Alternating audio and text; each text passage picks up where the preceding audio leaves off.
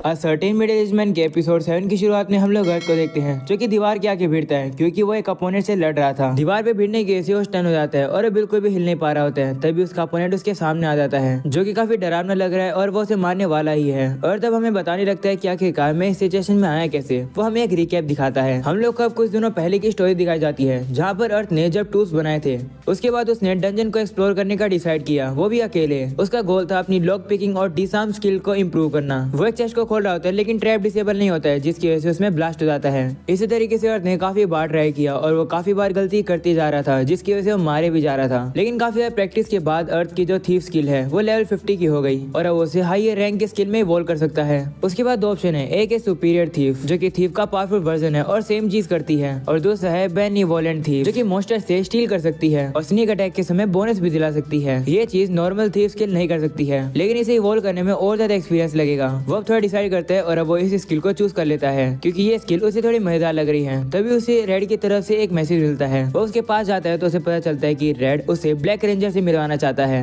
Black ranger अर्थ को introduction देने के बाद अब अर्थ के साथ ही ट्रैप को खोलने का ट्राई करता है। वो लोग ट्रैप को खोलने में काफी इंजॉय कर रहे होते हैं। उसे देखकर पिंक बाकी सबसे कहती है कि ये दोनों इतने एक्साइटेड क्यों हो रहे हैं एक ट्रैप को डिसार्म करते समय, जिस पर रेड कहता है क्योंकि मैंने उन दोनों को इंट्रोड्यूस कराया है। उन दोनों की तो दोस्ती होगी लेकिन मुझे नहीं पता था कि इन दोनों कितनी गहरी दोस्ती हो जाएगी। वहीं पर हम लोग देखते हैं कि ब्लैक रेंजर और अर्थ सही में काफी अच्छे दोस्त बन गए हैं। और तब कहने लगता है कि सेम समय पर मैं डंजन में अकेले जाता रहता हूँ। जितने ज्यादा ट्रैप में और ज्यादा डिसार्म करते जाता हूँ उतना ही मेरा सक्सेस रेट इंक्रीज होता है। उसकी न्यू थी स्किल भी इंक्रीज होती जाती है। उसने वहाँ पर एक चीज नोटिस भी करी है जो कि मॉन्स्टर्स पर काम करती है और वो है कि मॉन्स्टर लाइट पर अट्रैक्ट होते हैं, इसलिए वो लाइट को ऑफ कर देता है और अपने लॉन्ग डिस्टेंस विजन स्किल का यूज करता है जिससे कि वो अंधेर में भी देख पाता है। ऐसा करके उसे ज्यादा मॉन्स्टर से लड़ना भी नहीं पड़ता है और वो उनके बीच से चुपचाप से निकलता रहता है। ऐसा होने की वजह से उसका टाइम काफी बचता है और वो डंजन के और नीचे जाता रहता है। जिसके बाद हम लोग देखते हैं कि आज अब अर्थ नेक्स्ट टू लास्ट लेवल पर पहुंच चुका है, वो भी अकेले। वो टाइम चेक करता है, उसे पता चलता है कि टाइम तो 5 मिनट बची है। इसका मतलब उसके पास ज्यादा टाइम नहीं है। 9th फ्लोर पर उसे लीचेस भी मिलने वाले हैं इसलिए उसे टाइम लगाकर करना होगा ये सब। वो अब 9th फ्लोर पर आता है और उसके सामने से एक लीच आती है, इससे वो छुप जाता है जिसकी वजह से लीच वहाँ से चली जाती है। अर्थ लीच से नहीं लड़ना चाहता है क्योंकि उसे रेड की बात याद है। रेड ने उसे बताया था कि लीच से संभल कर रहना क्योंकि वो उसे स्टेटस अटैक का यूज नहीं करते हैं बल्कि वो पास में मॉन्स्टर्स को भी समन कर सकते हैं। तो सोलो प्लेयर्स के लिए ये सिचुएशन काफी बुरी हो जाएगी। अर्थ सोचता है कि उसे लीच से नहीं भिड़ना है, उसे केयरफुल रहना होगा। ऐसा बोलकर अब वो आगे बढ़ता है। आगे चलकर अब उसे नेक्स्ट लेवल की स्टेयरकेस मिल जाती है लेकिन वहाँ पर काफी सारे ट्रैप बिछे हुए हैं और तब कहने लगता है कि मेरे पास इन सभी को डिसार्म करने का समय नहीं है, इसलिए मुझे यही करना होगा। ऐसा बोलकर वो फ्लाई का यूज करके सीधा ही उस स्टेयरकेस के पास पहुंच जाता है लेकिन वो थोड़ा पीछे आता है जिसकी वजह से उसका पैर एक ट्रैप पर आ जाता है। लेकिन वो हार नहीं मानता है। वो ट्रैप भी एक्टिवेट हो जाता है लेकिन वो उससे बचता हुआ एक छलांग लगाकर उस स्टेयरकेस के सीधा अंदर चला जाता है। नीचे आकर वो देखता है कि उस डंजन ने तो उसे किक आउट नहीं करा है और उसका जो टाइम है वो भी रुक चुका है। वो अब एक हीलिंग पोशन पीकर हील कर लेता है और सोचता है कि यहाँ पर क्या हो रहा है। लगता है मेरे पास अब अनलिमिटेड टाइम है क्योंकि मैं अब लास्ट फ्लोर पर हूँ। वो अब कहने लगता है चाहे कुछ भी हो मैं अब ऐसी जगह पर आ चुका हूँ जहाँ पर पहले आज तक कोई भी नहीं आया है। वो अब धीरे धीरे करके नीचे उतरने लगता है। तभी उसे एक आवाज सुनाई देती है। वो आवाज उसे कहती है कि मैंने एक्सपेक्ट नहीं किया था कि कोई भी जगह पर अकेले पहुंच पाएगा। मेरा नाम एंड्रे है और मैं एम्पायर का एक नाइट हूँ। मैंने यहाँ काफी वेट किया है और जो ये स्टेयरकेस है ये काफी बड़ी है। तुम मेरी कहानी को सुनो, नीचे उतरते समय कुछ आइडिया मिल जाएगा तुम्हें कि आगे मुझसे लड़ना कैसे है। एंड्रे अब अपनी स्टोरी बताने लगता है। वो बताता है कि उसकी नेशन ने उसे ऑर्डर दिया था इस जगह को इन्वेस्टिगेट करने के लिए और इस लैबिरिंथ को सील करने के लिए। वो आया तो अपनी एक बड़ी आर्मी के साथ था लेकिन मॉन्स्टर्स और ट्रैप ने उसकी सारी आर्मी को खत्म कर दिया और अंत में वही अकेला बचा जो कि अंत में इतना नीचे आ पाया।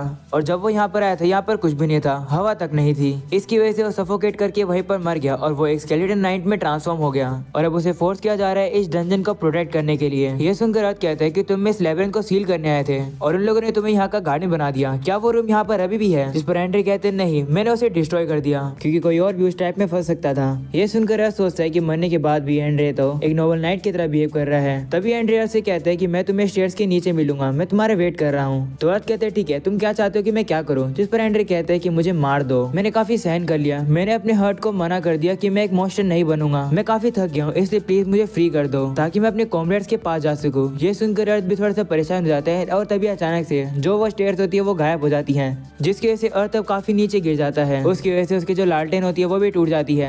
अर्थ के सामने अब एक स्केलेटन नाइट आ जाता है और वो और कोई नहीं बल्कि एंड्रे ही है। वह बर्थ को देखकर काफी जोर से हंसने लगता है तो बर्थ भी उसके ऊपर एक एरो मार के उसकी हंसी को रोक देता है। इसके से एंड्रे उस पर गुस्सा होता है और उसे कहने लगता है कि आखिरकार तुम ये क्या कर रहे हो? जिस पर अर्थ कहता है कि बड़बड़ाना बंद करो, तुम मुझसे मुझसे लड़ो, तुम मुझे गुस्सा दिला रहे हो। जिस पर एंड्रे कहते हैं कि तुम्हारी हिम्मत कैसे है मेरे ऊपर हमला करने की, तुम्हें मरने से पहले मैं काफी सफर करवाऊंगा। ऐसा बोलने के बाद वो काफी इंस्टेंटली अर्थ के पास पहुंच जाता है और उसके ऊपर हमला करता है, लेकिन अर्थ भी उसके अटैक को डॉज करते हुए पीछे आ जाता है। ये देखकर अर्थ भी हैरान रहता है कि एंड्रे इतने कम समय में उसके पास इतनी जल्दी कैसे पहुंच गया। एंड्रे अपनी तलवार से उसके ऊपर हमला करता है, लेकिन अर्थ अपनी शील्ड से उसे रोक लेता है और उसे कहता है कि ये फाइट अभी तक ओवर नहीं हुई है। और तब अपने मन में कहने लगता है कि एंड्रे काफी ज्यादा फास्ट है और इसके जो अटैक है वो काफी हार्ड है। एंड्रे भी उसे कहने लगता है कि तुम काफी अच्छी हो, तुम वैसे हो जैसे मैंने होप किया था। ऐसा बोलकर वो उसके ऊपर हमला करता है, लेकिन अर्थ उसके अटैक को डॉज करता हुआ उसके ऊपर वो फायर पोशन फेंक देता है, जिसकी वजह से एंड्रे के ऊपर आग लग जाती है। वो बर्ड से कहते हैं कि तुम क्या कर रहे हो, जिस पर अर्थ कहते हैं कि तुम्हें क्या लग रहा है कि मैं डिफेंड कर रहा हूँ, मैं तलवार से फाइट नहीं करता हूँ, इसलिए मैं तुमसे हेड ऑन नहीं लड़ रहा हूँ। ये सुनकर एंड्रे से कहते हैं ठीक है फिर ये रो। ऐसा बोलकर अब वो हमला करता है।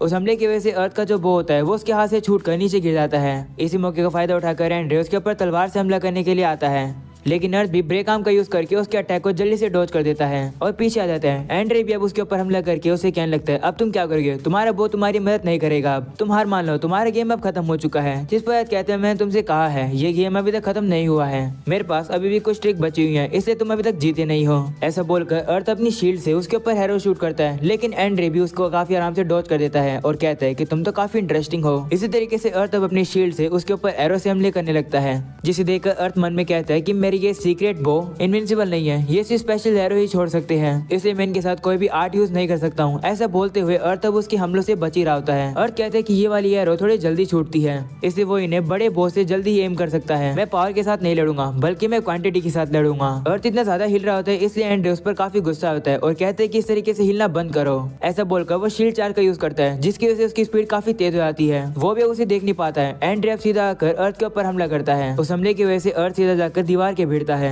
और वो स्टन हो जाता है, जिसकी वजह से बिल्कुल भी नहीं हिल पा रहा होता है। और अब एंड्रे उसके पास आ जाता है। वो बर्ड से कहने लगता है कि मैंने एक्सपेक्ट नहीं किया था कि मैं इस आर्ट का यूज करूंगा, लेकिन ये लड़ाई काफी लंबी जा चुकी है, मैं तुम्हें उन गॉड के पास भेज दूंगा जिन्हें तुम इतना प्यार करते हो। ये सुनकर अर्थ कहते हैं क्या मेरे गॉड के पास, जिस पर एंड्रे कहते हैं हाँ, जब भी इंसानों के साथ कुछ बुरा होता है तो तुम हमेशा उनसे प्रे करते हो क्योंकि तुम उनसे प्यार करते हो, है ना। ऐसा बोलने के बाद अब वो अर्थ के ऊपर हमला करता है, लेकिन अर्थ उसके अटैक को डॉज कर देता है, जिसकी वजह से एंड्रे के हमले की वजह से वहाँ पर काफी धुआं हो जाता है। उसी धुएं का फायदा उठाकर अर्थ उसके ऊपर काफी जोर से लात मारता है। वो उसे कहते हैं कि इस दुनिया में कोई भी गॉड नहीं है, इस जगह पर तुम्हें सिर्फ इंसान की विल ही मिलेगी, विल यानी हिम्मत, वो स्ट्रगल सर्वाइव करने का। ये सुनकर एंड्रे कहते हैं अगर ऐसी बात है तो तुम मुझे अपनी विल दिखाओ। तो अर्थ कहते हैं ठीक है। वो अब उसके पास काफी तेजी से जाकर एक दीवार पे चिपक जाता है। एंड्रे भी अब उसे देख नहीं पाता है। अर्थ अब अपनी विप का यूज करके उसकी तलवार को पकड़ लेता है और उसके ऊपर काफी जोर से आकर लात मारता है। इस वजह से अर्थ की विप होती है वो टूट जाती है, लेकिन अर्थ अब भी हार नहीं मानता है। वो अब एंड्रे के ऊपर कुछ पोशन फेंक देता है, जिसकी वजह से वापिस है उसके अंदर आग लग जाती है। इसी मौके का फायदा उठाकर अब अर्थ चैंटिंग करने लगता है प्रिज्म नोवा यूज करने के लिए। वो सभी फेरी से मदद मांगने लगता है। वहीं पर एंड्रे भी समझ जाता है कि अब अर्थ एक मैजिक यूज करने वाला है।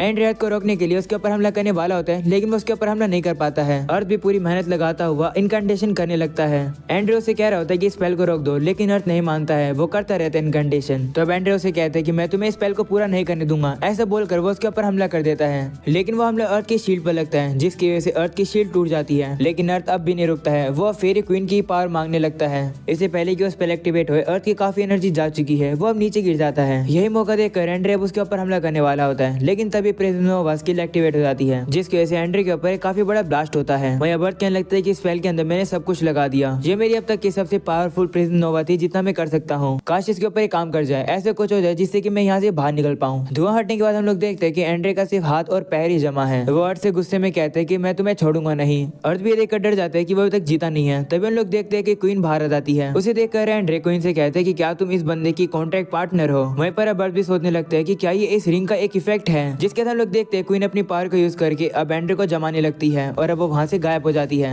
अर्थ भी क्वीन का शुक्र करता है और अब वो जल्दी से जाकर अपने बो को उठा लेता है और अब वो कहते हैं कि इसे खत्म करने का समय आ गया है। ऐसा बोलकर earth wide arrow, gatling arrow, arrow twister, earth के पास जितनी भी टेक्निक होती है वो एक ही बारी में यूज कर देता है और साथ में वो उसके ऊपर एक्सप्लोजन भी फेंक देता है, जिसकी वजह से एंड्रे के ऊपर एक काफी बड़ा ब्लास्ट होता है और अब वो हार जाता है। अर्थ अब सोचने लगता है कि क्या वो जीत गया। तभी हम लोग देखते हैं कि एंड्रे अपनी ह्यूमन फॉर्म में आ जाता है। वो अर्थ की तारीफ करते हुए उसे कहते हैं हाँ तुम जीत गए हो। अर्थ अब उसे देखकर कहते हैं कि क्या तुम एंड्रे हो, जिस पर वो कहते हैं हाँ, मेरी सोल डिसअपीयर होने से पहले तुमने मुझे हरा दिया, जिससे मुझे थोड़ा समय मिल गया तुम्हारा शुक्रिया करने के लिए। तो अर्थ कहते हैं ठीक है, तुम जो चाहते थे क्या मैंने वो तुम्हें दिया। तो एंड्रे कहते हैं हाँ, जितना मैं सोचा था तुमने मुझे उससे ज्यादा ही दे दिया। मैंने कभी नहीं सोचा था कि मेरा अंत एक इंसान की तरह होगा, ना कि एक मॉन्स्टर की तरह। मुझे तो लगा था कि तुम मुझे हरा ही नहीं पाओगे क्योंकि तुम एक सोलो पर्सन थे, लेकिन तुमने तो कर दिखाया। जिसके बाद अब एंड्रे अपना हाथ देखता है। वो देखता है कि उसका हाथ धीरे धीरे गायब होने लगा है, यानी कि वो भी गायब होने वाला है और उसके पास थोड़ा सा समय बचा है। वो इसके बारे में अर्थ को ही बताता है कि मेरे जाने का समय हो गया है, शुक्रिया मुझे हराने के लिए। रिवॉर्ड के तौर पर तुम मेरी ये तलवार रख सकते हो। ये खराब हो चुकी है लेकिन ये एंटीक है, तो जरूर तुम्हें इसका कुछ न कुछ तो मिलेगा ही अगर तुम इसे बेचोगे तो। जिस पर अर्थ कहते हैं शुक्रिया मुझे देने के लिए, मैं इसे एक्सेप्ट करता हूँ। जिसके बाद अब एंड्रे अर्थ से कहता है कि तुमने कहा था कि यहाँ पर कोई भी गॉड नहीं है, लेकिन मुझे लगता है कि यहाँ पर गॉड है। मेरा अंत एक इंसान के तौर पर हो रहा है, ना कि एक मॉन्स्टर की तरह। और तो मेरे कॉम्रेड्स मुझे लेने आए हैं, सिर्फ गॉड ही मुझे ऐसा लग दे सकते हैं। मैं गॉड से प्रे करता हूँ कि तुम जिस भी पाथ पर जाओ गॉड तुम्हें ब्लेसिंग दे। चलो अब जाने का समय हो गया, हम लोग यहाँ से जा रहे हैं। ऐसा बोलकर वो सभी अब वहाँ से चले जाते हैं। अर्थ भी अब एंड्रे का शुक्र करता है और कहते हैं कि मेरे ऊपर नजर बनाए रखना। मैं भी मानता हूँ कि गॉड एग्जिस्ट करते हैं। तभी हम लोग देखते हैं कि उस डंजन का गेट खुल जाता है और अब पूरे गेम सर्वर के अंदर एक अर्जेंट अनाउंसमेंट होती है, जिसमें सभी को पता चलता है कि एंड्रे हार गया है, यानी कि डंजन क्लियर हो गया है। एंड्रे के हारने की वजह से एक न्यू तरीके का वेपन अनलॉक हो गया है, जिसे नाइट स्वॉर्ड कहते हैं। वो स्वॉर्ड 100 स्वॉर्ड का एक सुपीरियर वर्जन है, जिसकी रीच काफी बड़ी है और उसके पावरफुल अटैक है। आने वाली अनाउंसमेंट के लिए हमारे ऑफिशियल होम पेज पर जाएं और ज्यादा डिटेल्स के लिए वहाँ पर देखें। ये अनाउंसमेंट सुनने के बाद अर्थ कहता है तो डंजन को हराने के बाद न्यू वेपन अनलॉक हो गया है। हाँ, अनाउंसमेंट में कहा था कि काफी सारे बॉसेस में से एक बॉस आ रहा है, इसका मतलब और भी काफी सारे डंजन्स हैं, जिन्हें हराने पर और भी काफी सारे वेपन्स अनलॉक होंगे। ऐसा सोचने के बाद अब बर्ट उस डंजन से बाहर निकल जाता है, जहाँ पर अब वो वापिस ब्लैक स्मिथ के पास आता है और अब वो अपने वेपन्स की हालत देखकर कहता है कि मैं इन्हें रिपेयर नहीं कर सकता हूँ। मुझे पता था। वो अब उन वेपन्स को आग के अंदर फेंक देता है, उन्हें पूरी तरीके से डिस्ट्रॉय करने के लिए।